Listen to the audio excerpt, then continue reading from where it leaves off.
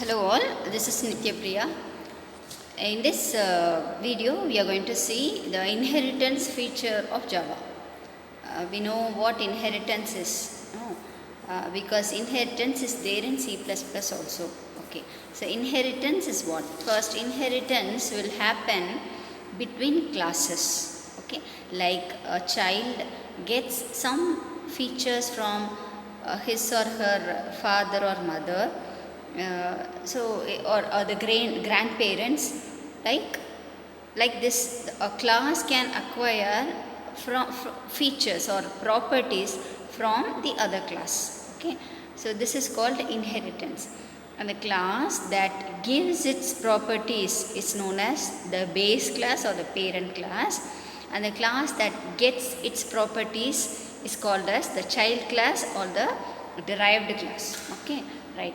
So it is the exclusive feature of object oriented programming as said, right. So how the inheritance can be done between classes? Inheritance in Java is always done by the keyword extends. So in this slide we have given two classes. One is C1, another one is C2. C1 is a separate class and C2 extends the first class C1. So this is how C2 gets the properties from C1. And you know what? C1 is the base class and C2 is the derived class, because I said the class that gives its properties is the base class, and the class that gets the properties is called as the derived class or the child class, right? Okay, so I tell about this slide later. First we see the access specifiers. Okay, we can access the properties of a class by means of three access specifiers. Okay, in other words, I can say the properties or the members of the class can be accessed or can be with three access modes. Okay, I can say access modes. Okay, the members can be public, or the members can be private, or the members can be protected. Okay, first I'll tell you about public members. The public members are always accessible when inheritance is done. The base class, when a base class has public members, they are always accessed by the derived class and all the classes in the same program, right? So that is what about the public access, because if we have a non-main class and if you have a main class, when you create an object in the main class, you can always get the public members through the object, right? No, so that is about public access, right? The next thing is protected access. The protected members can be accessed only by the derived class, not to the other classes. Okay, so whichever class inherits that particular class, that inheriting class can get the or can access the protected members, right? So the protected members are accessible only to the inheriting class, right? And the third access is private access. The private members of a class can be accessed only within the class. It cannot be brought outside. It cannot be accessed outside. Even though you are using object, even though you are inheriting, nothing can be done to access the private members of a class. Okay, so this is about the three access specifiers. Right, now we see this slide.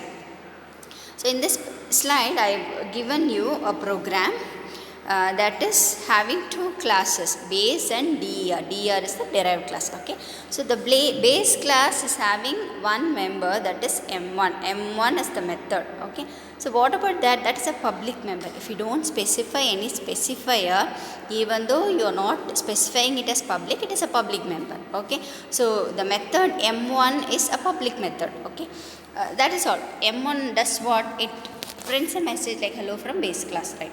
We are closing the base class, we come out, we are creating another class called DER. Then class DER extends base. Okay, that class DER class inherits the base class, right? Now it is having a method called M2, and M2 just prints something. It says hello from the derived class. Okay, right. We are closing dir class also. Now we open the main class. In the main class we create object for the base class. The base class is in the main class we are creating an object for the derived class, because in inheritance you always create object for the derived class, not for the base class. Okay, we'll always create objects for the derived class only, because derived object has the access for all the members. It has the access to the base class member as well the derived class member.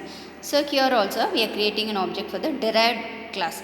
dir is the derived class. So obj is the object for derived class, and that obj accesses m1. It invokes m1 and m2. So like that it extends, it gets the properties from the base class. Okay, see the output. First, for m1 we get hello from base class, for m2 we get hello from the derived class. So this is about the public access. And then we are going to see the protected access. Protected means, base is the same base and dir classes we have.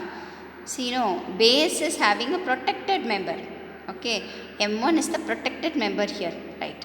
So dir extends base, and m2 is a normal member, that is a public member. Okay, without specifying the access specifier, it is a public member. So m2 is public, right? So we come out, in the main class we create an object for the derived class, and we try to access both m1 and m2. We are able to still, because protected member is accessible to the deriving class. So m1 can be accessed through the object of the derived class, but the other classes, the non-deriving classes, cannot access m1 because it is protected, right? So the output is the same, hello from the protected member, and here it is hello from the derived class, right? Now it is private access. The same m1 is specified as private. Okay, and the same thing is done. We create object, we invoke both m1 and m2. And what is the output? We won't get any output, we will get only error, because we try to inherit a private member. A private method is m1. So that method we try to inherit. That cannot be done, because private members are accessible only inside the class. That cannot be inherited, that cannot be invoked by the object. Nothing can be done for a private member, because it is private to the owner class, right? And that is all about the inheritance part. And we are going to see the types of inheritance. Single, multiple and multi-level. Single is one base class and one derived class, or more than one derived class also can be there, right? So if there is only one base class, it is called a single inheritance. If there are many base classes, that is called as multiple inheritance. And multi-level inheritance is the inheritance is done in a hierarchical level. That is, class 1 is inherited by class 2, class 2 is inherited by class 3, class 3 is inherited by class 4, and so on. And to which class will create object? Only for the final class. The class that is at last can access all the above classes, because the inheritance is done in a hierarchical level, right? So for the final class we create object, and that has access to all the public members and the protected members, right? So we see the example for all these things in the next class. And Java doesn't have multiple inheritance. The other inheritances Java has, right? Hope you understood the concept of inheritance. Thanks for watching. See you in the next video.